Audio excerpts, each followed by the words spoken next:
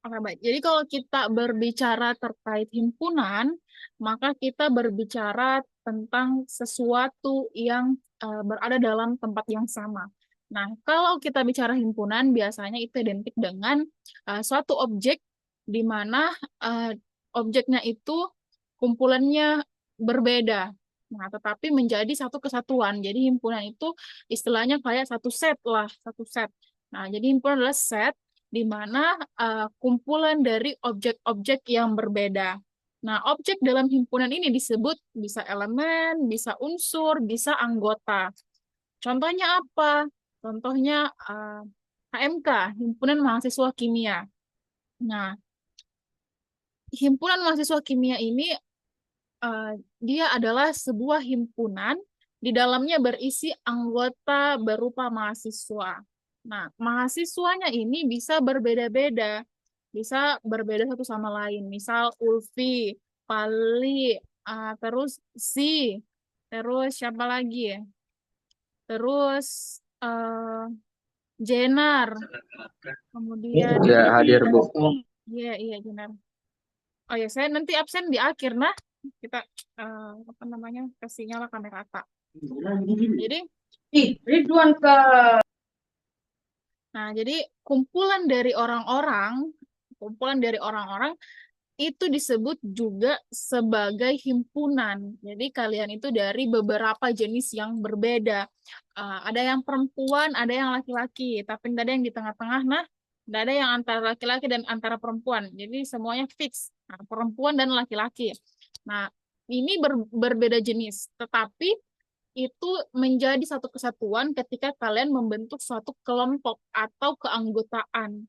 Nah, keanggotaan kalian ya bisa diberikan nama, namanya ya mungkin HMK, HMJK, tetapi isinya adalah sebuah anggota dari himpunan tersebut.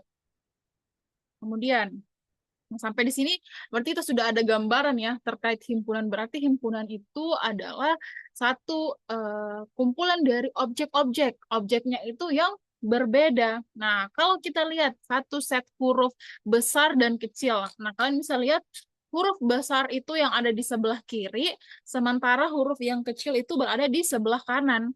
Nah, kalian bisa lihat perbedaannya bahwa anggota himpunan dari huruf besar itu adalah dari huruf A sampai Z.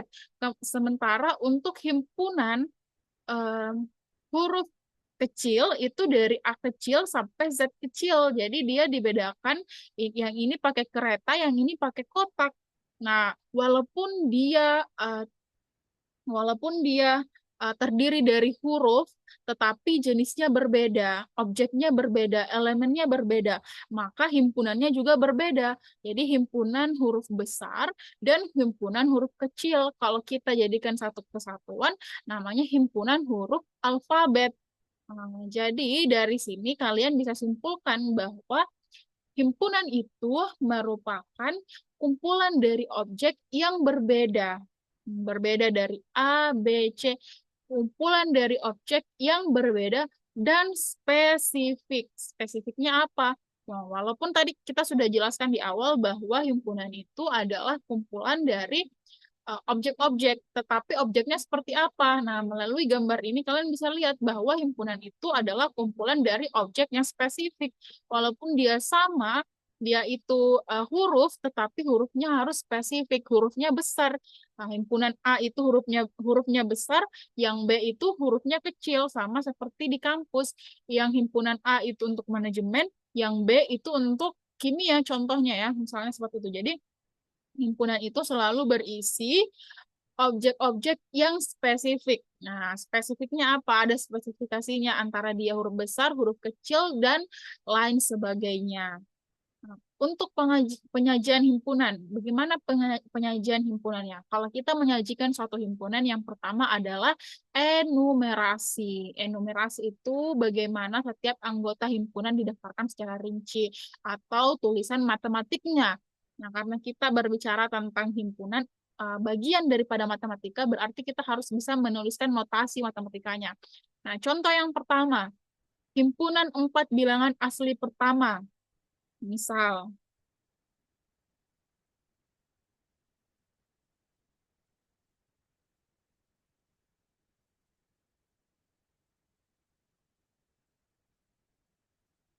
Oh ya, absen ya. Nah, misal, himpunan 4 bilangan asli pertama. Ada himpunan, jadi A ini melambangkan himpunan ya, anggota himpun. Jadi A ini melambangkan himpunan. Kemudian kurung kerawal itu menggambarkan keanggotaan daripada himpunan. Jadi pertemuan sebelumnya kan saya sudah jelaskan ya bagaimana menulis himpunan itu sendiri. Nah, keanggotaan daripada himpunan A itu terdiri dari 1, 2, 3, dan 4. Kemudian himpunan 5 bilangan genap positif pertama. Jadi ini spesifik ya. Kalau dia bilang himpunan 5 bilangan genap positif pertama. Jadi dia ini keanggotaannya atau elemennya atau objeknya itu dia spesifik. Berarti B itu terdiri dari 4, 6, 8 dan 10. Kemudian C. Nah, yang C ada kucing, A, Amir, 10 paku. Nah, kemudian ada himpunan 100 buah bilangan asli pertama. Contoh ya, ini contoh ya. Kemudian bagaimana penyelesaiannya? Keanggotaan. Nah, misal keanggotaan. Jadi untuk lambang ini, kalian bisa perhatikan, ini cara bacanya X anggota dari A. Jadi ini adalah dibaca anggota. Di mana X merupakan anggota himpunan A. Nah, untuk X, dia tidak sama dengan A. X bukan merupakan anggota himpunan A. Nah, jadi untuk keanggotaannya bagaimana? Jadi ini cara menulis untuk keanggotaannya. Lambang ini dibaca anggota. Yang ini berarti bukan anggota. X merupakan anggota himpunan A, X bukan merupakan anggota himpunan A. Contohnya, misalkan A, dia itu A terdiri daripada 1, 2, 3, 4. Kemudian R terdiri dari AB, kemudian kurang kerawal, A, B, C, kemudian kurang kerawal AC. Dan K adalah himpunan kosong. Nah, kenapa bisa himpunan kosong? Ya karena sudah jelas ya di dalamnya tidak ada. Dia cuma kurang kerawal. Jadi tanda ini merupakan penanda bahwa itu adalah himpunan kosong. Nah, ini kemudian maka jawabannya adalah 3 merupakan anggota himpunan A. Kenapa bisa? Coba kalian lihat di himpunan A. Nah, di himpunan A, ini ya himpunan A ya, itu ada 3, ya betul. 3 ada di himpunan A. Berarti 3 adalah anggota daripada A. Nah, untuk anggota daripada R, jadi dia bilang A, B, C adalah anggota dari R. Betul, A, B, C adalah anggota dari R. Nah, ada kan A, B, C adalah anggota dari R. Kemudian, C bukan anggota dari R. Betul juga, C bukan anggota dari R. Karena kenapa? Memang di sini ada C, di sini juga ada C. Tetapi C di sini dia adalah satu kesatuan. Nah, jadi kurung kerawal di sini menunjukkan bahwa A dan C itu adalah satu kesatuan. Begitu juga dengan yang di sebelah kiri ini, A, B, C. A, B, C ini merupakan satu kesatuan. Jadi tidak bisa dipisah-pisahkan ya. Jadi kalau dia cuma berbicara terkait C, berarti ini bukan. Kecuali di sini ada A, B,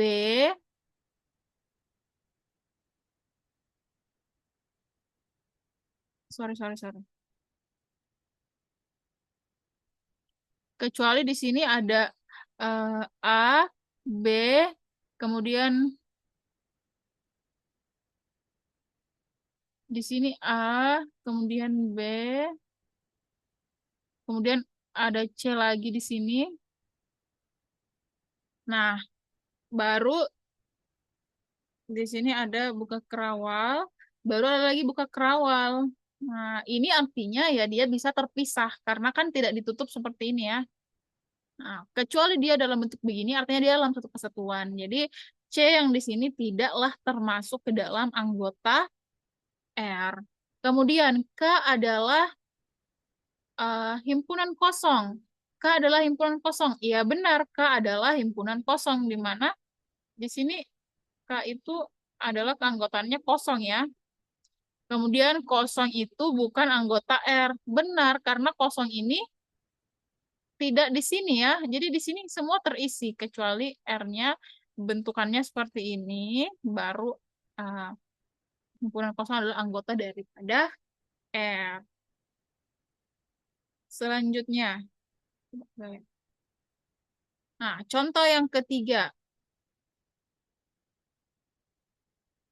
bila P1 keanggotaannya ada A dan B, P2 keanggotaannya adalah A dan B juga. Yang ketiga itu ada A dan B. Kita lihat, maka A itu adalah anggota dari P1, betul ya, A itu anggota P1. Nah, A itu bukan anggota dari P2. Kenapa bisa? A bukan anggota dari P2. Ya, kita lihat, ini kan ada dalam kurung kerawal lagi ya, sama seperti sebelumnya. Sorry. Ada dalam kurung kerawal lagi, artinya ini adalah satu kesatuan. Kalau dia satu kesatuan, itu berarti tidak bisa kita pisah-pisahkan ya. Jadi A dan B itu adalah satu kesatuan. Jadi kalau dia terpisah seperti ini, dia cuma bilang A, itu berarti salah. Kurang tepat ya. Jadi A itu bukan anggota dari P2. Kemudian P1 adalah anggota dari P2. Coba kita lihat. P1 adalah anggota dari P2. Nah, di sini P1 itu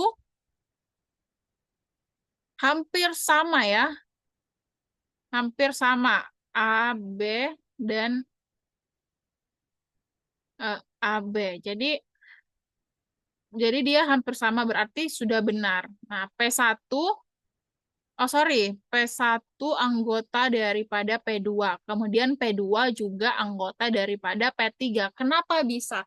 Karena P1 itu adalah, jadi kalian bisa lihat ya, ini P1 yang kemudian dibuat keanggotaan lagi daripada P2. Nah, jadi P1 itu sama dengan P2. Jadi P1 itu,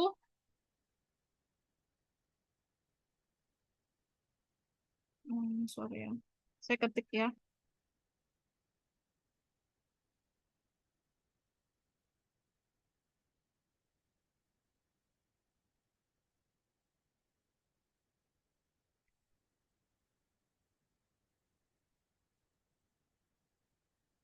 Nah, jadi P1 itu P1 itu sama dengan P2. Kenapa bisa sama dengan P2? Kalian lihat bahwa kurung kerawal ini dia menunjukkan keanggotaan. Jadi keanggotaan daripada P1 adalah A dan B. Nah, kemudian keanggotaan daripada P1 itu diambil lagi sama P2-nya. Nah, jadi keanggotaan daripada P1 diambil oleh P2 menjadi anggota juga, menjadi himpunan juga. Jadi himpunan daripada P1 diambil sebagai himpunan di P2. Nah, kemudian himpunan daripada P2 diambil himpunan untuk P3. Tetapi P1 itu bukan anggota himpunan daripada P3. Karena kalian bisa lihat ya, bahwa P3 itu hanya mengambil himpunan daripada P2. Tapi bukan berarti P2 itu adalah bukan berarti bahwa P1 adalah himpunan daripada P3. Sementara P2 itu anggota himpunan daripada P1. Seperti itu.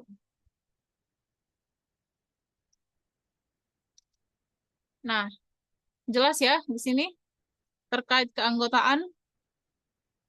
Sekarang kita beralih ke simbol-simbol baku.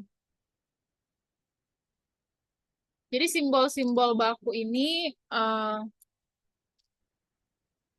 Simbol-simbol baku ini dia berisi terkait uh, pe-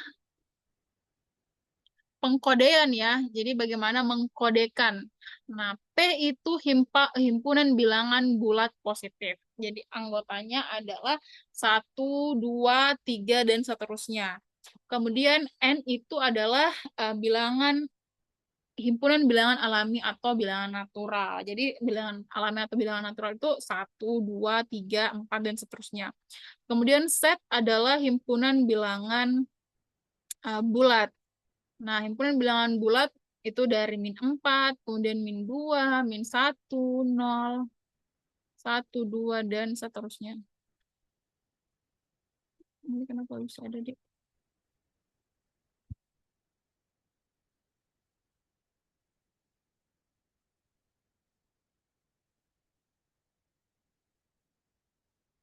Sorry.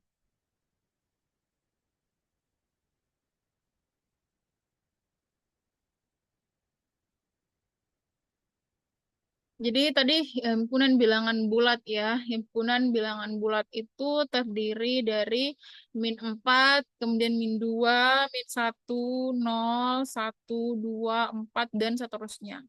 Kemudian Q itu biasa disebut dengan himpunan bilangan rasional. Kemudian R biasa disebut himpunan bilangan real. Kemudian C himpunan bilangan kompleks. Nah, sekarang kita beralih ke himpunan universal atau semesta. Dia dilambangkan dengan U.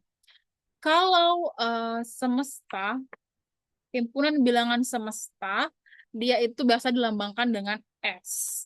Coba saya mau gambar dulu ya. Bagaimana terkait himpunan universal.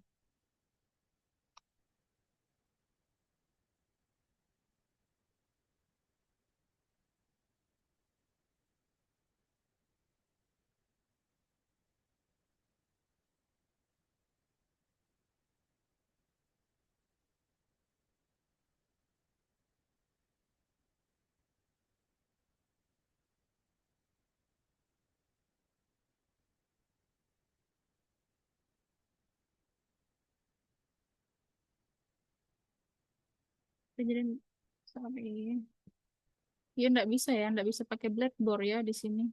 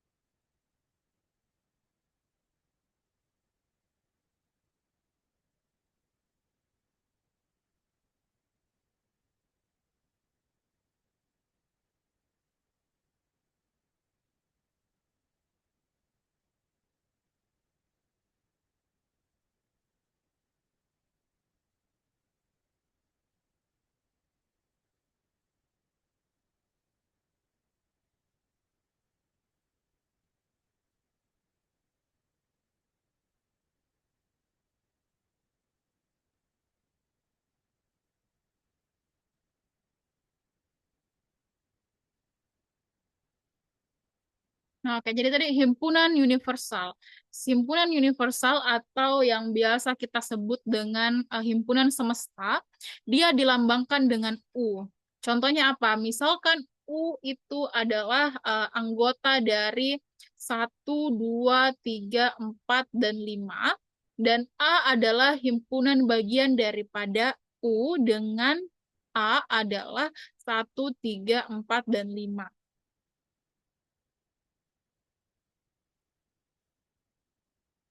Nah, bagaimana himpunan semesta itu?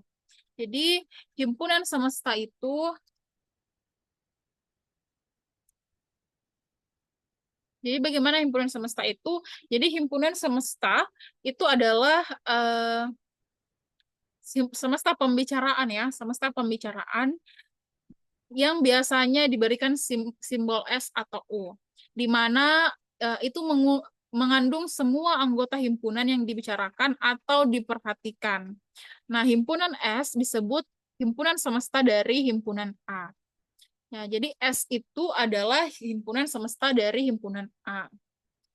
Apabila setiap anggota yang ada di A terdapat dalam S.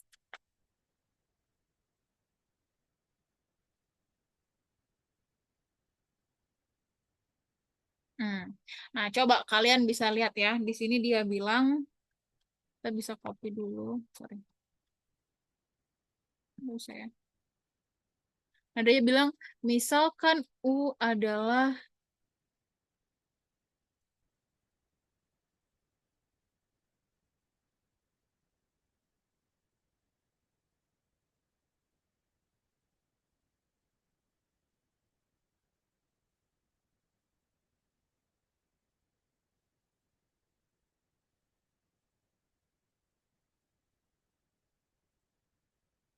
nah misalkan U adalah, contohnya misalkan U adalah 2, saya bisa baca di sini. 1, 2, 3, 4, dan 5. 1, 2, 3, 4, dan 5. 1, 2, 3, 4, dan 5.